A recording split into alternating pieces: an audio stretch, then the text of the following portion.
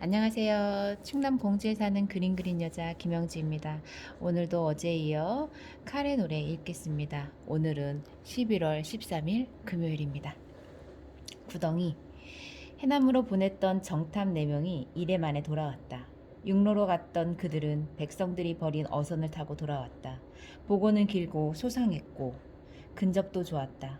명량에서 깨진 적의 잔당들이 퇴로에 다시 해남반도에 상륙해 백성들의 집을 모조리 불지르고 마을과 산속을 샅샅이 뒤져 숨어있던 백성들은 씨가 마르도록 도륙했다는 것이었다. 해남에 상륙한 적들은 이틀낮을 불지르고 죽인 뒤 다시 바다로 나아가 경상 해안 쪽으로 이동했다. 그 대열은 50척 정도였다. 마을의 형리와 접장들이 진작부터 적과 내통했다. 백성들이 숨어있는 곳을 밀고 애쓰며 백성들이 감추어 놓은 곡식과 소금을 적에게 인도했다. 흩어진 백성들은 적들이 물러간 뒤에도 마을로 돌아오지 못했다. 밀고자들 중 일부는 적과 함께 떠났다. 적의 시체와 백성의 시체가 연안과 마을을 뒤덮고 벌레가 들끓어 역질이 번졌다. 지방 관아는 모두 달아나서 살아남은 백성들은 다만 울부짖고 있었다. 녹도 군관 이철에게 군사 30명을 딸려 해남으로 보내 백성의 뒷일을 수습토록 했다. 이철은 배로 떠났다. 이철의 배에 군량 30가마를 실어주어 우선 죽을 쑤어 먹이도록 했다. 군량은 명량에서 깨어진 적선에 올라가 빼앗은 쌀이었다. 모두가 적들에게 빼앗긴 연한 백성들의 쌀이었다. 내가 적을 죽이면 적은 백성을 죽였고 적이 나를 죽인다면 백성들은 더욱 죽어나갈 것이었는데 그 백성들의 쌀을 뺏고 빼앗아 적과 내가 나누어 먹고 있었다. 나의 적은 백성의 적이었고 나의 적은 적이었는데 백성들의 곡식을 나와 나의 적이 먹고 있었다. 대낮에 오한이 오면서 임진년에 총 맞은 왼쪽 어깨가 쑤셨다. 바람이 없는데도 먼 바다에서 물결이 일었다. 내일 바다에는 비가 내릴 것이었다. 이철을 보내고 나서 장졸들을 모아놓고 무기를 점검했다. 썩은 창자루를 갈아 끼우고 쇠갈고리에 낡은 줄을 바꾸도록 했다. 명량에서 돌아온 배들은 이음새가 어긋났고 틈새에 벌레가 먹었다. 노구멍이 문드러진 배들도 있었다. 배들은 묶어놓고 선실 안에서 연기를 피워 벌레를 잡았다. 벌어진 틈새에 나무심을 넣었다. 개먹은 노구멍 둘레에 쇠를 박았고 이 빠진 노 끝에 구리버선을 씌웠다. 저녁 때 백성들이 버린 밭에 월동무씨 5대를 뿌렸다. 명량 전투가 끝난 뒤 임준영은 이틀 동안 작전 해역을 수색했다. 나는 임준영에게 전선 2척과 어선 5척 그리고 군사 50명을 맡겼다. 임준영은 이틀 후 군사를 인솔하고 암태도로 돌아와 보고했다. 임준영은 떠다니는 적의 시체 2천여 구를 건져서 묻었다. 연안 갯벌 쪽으로 다가오는 시체만을 정리했고 원양으로 떠내려가는 시체는 수습하지 못했다. 작전 해역에 역질이 돌았고 물고기가 떼죽음을 했다. 명량 물길이 하루에 4번씩 거꾸로 바다를 쓸어내려서 깨어진 적선의 쓰레기는 멀리 떠밀려갔다. 임준영은 반파된 적선의 내부를 수색해서 적의 군량 500석을 노획했다. 임준영은 적의 군량과 조총, 창검, 화포, 피복을 2배 가득히 싣고 돌아왔다. 흘수선이 내려앉도록 노획품은 많았다. 돌아온 임준영과 그의 부하들은 적의 투구를 뒤집어 쓰고 들떠 있었다. 임준영은 전선 뒤에 작은 어선 한 척을 줄로 묶어서 끌고 왔다. 그 어선 위에 조선 여자의 시체 5구가 실려 있었다. 죽은 여자들은 철진한 여름 치마 저고리를 걸쳤다. 살아서 실려온 여자도 1명 타고 있었다. 산 여자는 뱃전에 쪼그리고 앉아서 실성한 듯 벌어진 입으로 침을 흘리고 있었다. 웬 송장이냐? 적장들의 선실에 죽어 있었습니다. 임준영의 부하들이 시체를 들어올려 선착장에 벌려놓았다. 가마니 위로 드러난 머리카락들이 불에 그을려 있었다. 죽은 여자들의 머리카락이 해풍에 날렸다. 이미 썩기 시작한 송장의 비린내가 훅 끼쳤다. 어찌된 부녀들인가. 적에게 끌려가서 여러 적장들의 계집 노릇을 하던 부녀들입니다. 저 여인네를 신문하시면 아실 것입니다. 살아서 끌려온 여자에게 더운 죽을 먹이고 수군의 옷으로 갈아입혔다. 정신이 돌아온 여자는 진술했다. 해남 두른산 신만이의 딸이었고 나이는 25이었다.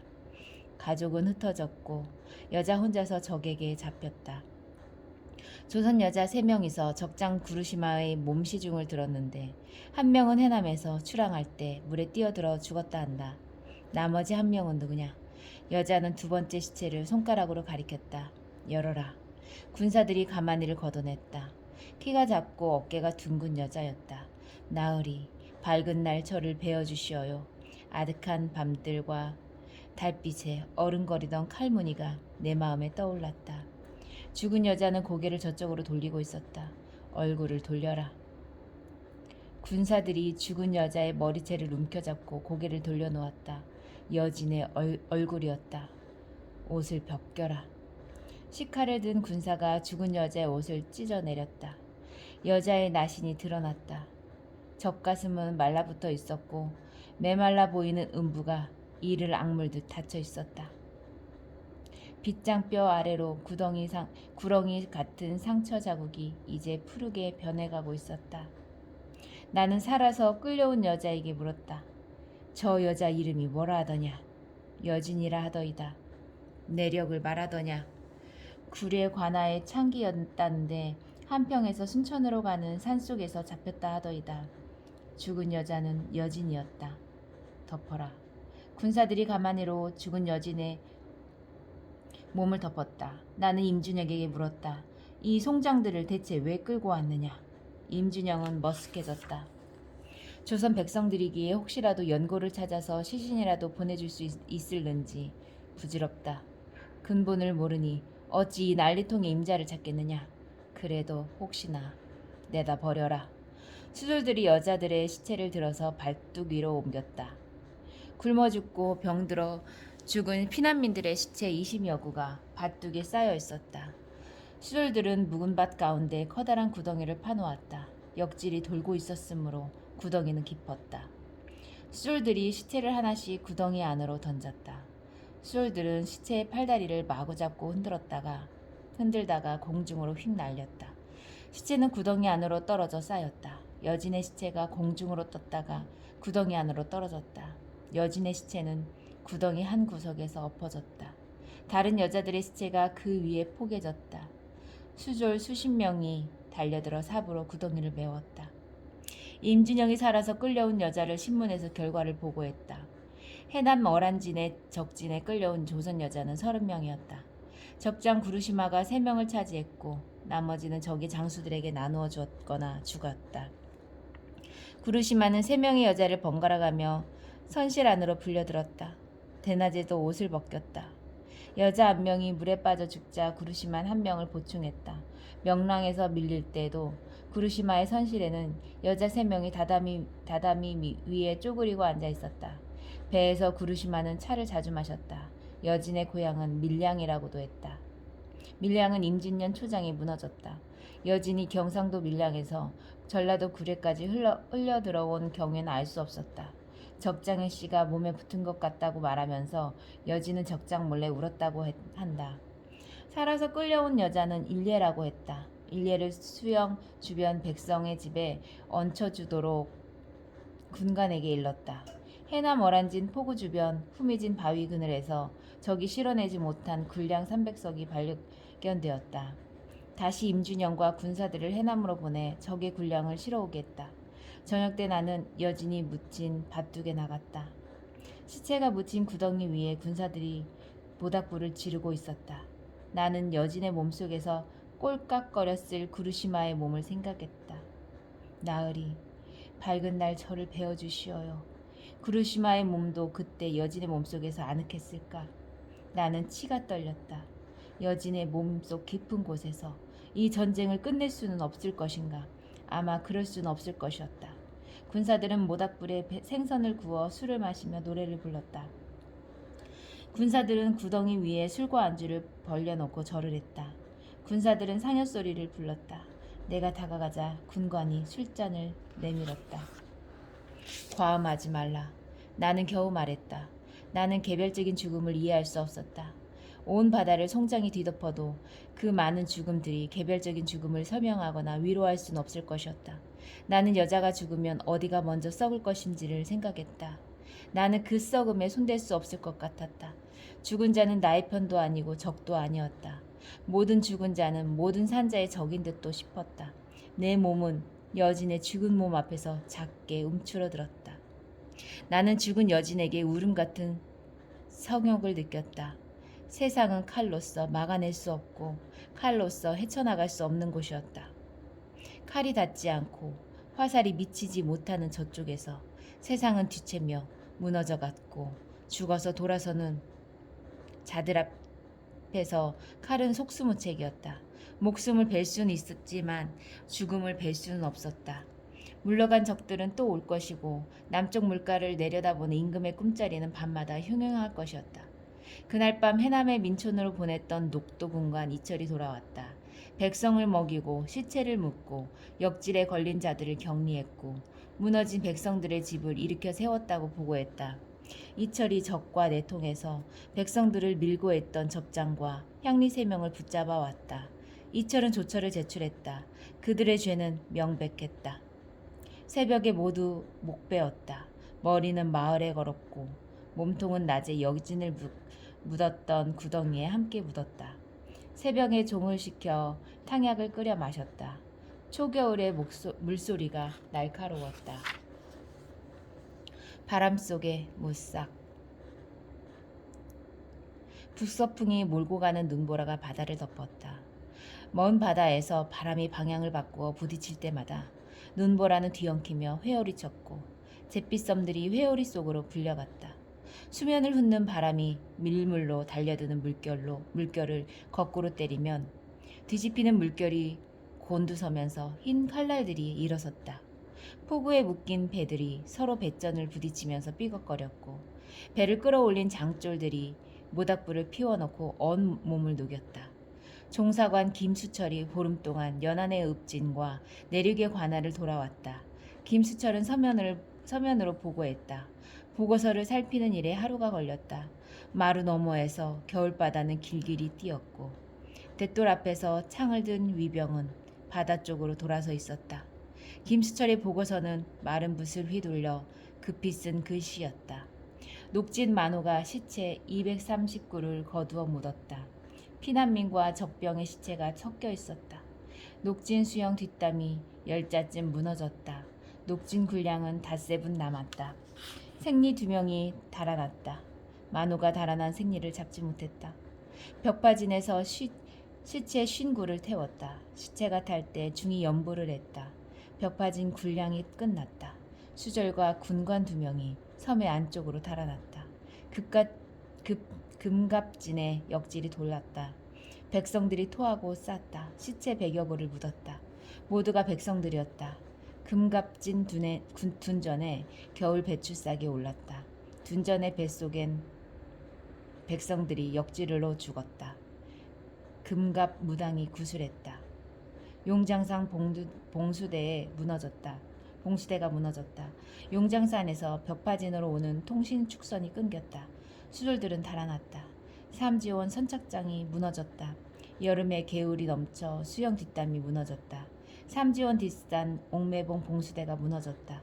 수졸들이 달아났다. 옥도에서 피난민의 계집들과 수군 장졸들이 뒤엉켜 음란한 짓을 했다. 전라도 계집과 경상도 계집이 제 고장 노래를 불렀다. 옥도 군관들이 백성의 개를 빼앗아 잡아먹었다.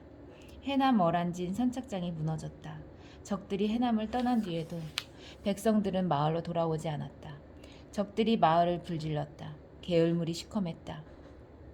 해남 백성들 사이에 이순신은 서해로 갔다. 적들은 다시 올 것이다. 는 유언이 돌았다. 수의도 수절 30명이 작당에서 배를 타고 달아났다. 군관이 뒤쫓아갔으나 잡지 못했다. 만호가 군관을 매질했다. 매맞은 군관이 달아났다. 배도 찾지 못했다. 광양에 적들이 상륙했다는 소문이 돌았으나 확인되지 않았다. 조선 임금이 이미 항복했고 가토의 군대가 서울을 접수했으며 서울의 미인들은 가토 군대에 첩이 되었다는 소문이 돌았다. 소문은 경상 연안에서 전라 연안 쪽으로 번져왔다. 도양 백성들이 수영을 습격해서 군량 30가마를 실어냈다. 백성과 군관이 함께 달아났다. 달아나던 백성들 12명이 죽은 염소를 끓여 먹고 설사 끝에 죽었다. 당포진 둔전에 겨울 대파싹이 올랐다. 둔전을 맡은 백성들이 역질로 죽어서 묻었다. 당포 군관이 선비집 유부녀를 강간했고 여자는 자살했다. 무당이 구술했다. 매포 군관들이 밤마다 여염에 계집들을 수영 안으로 불러들였다. 계집들은 머리에 술과 안주를 이고 있었고 아전들이 계집들을 뒤따라갔다. 방포진 해자가 무너졌고 포작선 두 척이 뻘밭에 얹혔다. 방포진 백성들이 죽은 적병에 옷을 벗겨서 입었다. 영암, 나주, 곡성, 한평에 도적이 끌어 백성들의 가을 곡식을 빼앗아 갔다. 피난민들이 빈 논의 벼를 거두었는데 반 이상을 참새가 먹었다. 한평에서 수군에 배속된 장정 50명을 육군이 몰아갔다. 도원수가 보낸 군사가 열흘 동안 한평을 뒤졌다. 한평 관아 동원객사가 무너졌다. 현감이 매일 밤 관기를 끼고 술을 마셨다. 나주에 역질이 돌았다. 백성들이 역질에 걸린 자들을 움막에 모아놓고 불질렀다. 죽은 시체와 목숨이 붙어있는 자들을 함께 태웠다. 나주의 여러 고을들이 일손이 없어 추수하지 못했다. 피난민들이 곡식을 걷어갔다. 가리포 군량이 한백석이라고 보고되었으나 곳간은 비어 있었다. 빈 곳간에 쥐떼가 끌었다. 사대포 현감이 달아났다. 생리가 소달구지에 군량을 싣고 현감을 따라갔다. 조도에 피난민 300이 뗏목을 타고 들어왔다.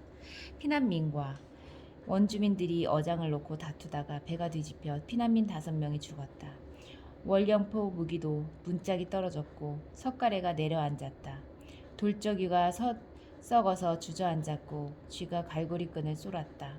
강포에 고기 잡은 백성들이 밤마다 수군 경계 수역 안으로 넘어 들어갔는데 수군들이 막지 않았다. 강포 수군들이 군량으로 밥을 지어 끼닐 때마다 마을 백성들과 함께 나누어 먹었는데 반찬은 백성들이 잡아온 물고기였다. 강포 계집들이 함께 먹었다. 달모산 아래 벽진 마을 백성들이 적과 밀통했던 선비 2명을 붙잡아 낫으로 찍어 죽이고 선비의 딸을 강간했다. 벽진의 경상 연안 쪽 피난민 50여 명이 들어왔다. 벽진 백성의 딸과 피난민의 아들이 무너진 향교 마당에서 혼인했다. 몽포 백성들이 보리를 심고 무씨를 뿌렸다. 흘레가 순조로워 염소떼가 크게 늘었다. 금진포 백성들이 적선의 팝목을 끌어모아 뗏목을 만들고 고기잡이를 시작했다. 뗏목이 뒤집혀 백성 5명이 마을로 돌아오다가 죽었다. 군내에서 3년 만에 5일장이 섰는데 겨울 미나리, 좁쌀, 겉보리, 찐쌀, 묵은 된장, 미역, 매생이, 감자가 나왔다. 닭 2마리와 강아지 1마리를 바꾸어 갔고 달걀 1개에 감자 3알씩 바꾸어 갔다. 용장 봉수대가 무너져 현감이 백성들을 데리고 산으로 올라갔다. 저녁에 현감이 내려오지 않자 마을에 남은 백성들이 주먹밥을 싸가지고 산으로 올라갔다. 옥수무당들이 시체 59를 묻은 자리에서 씻김 구슬했다. 수절들이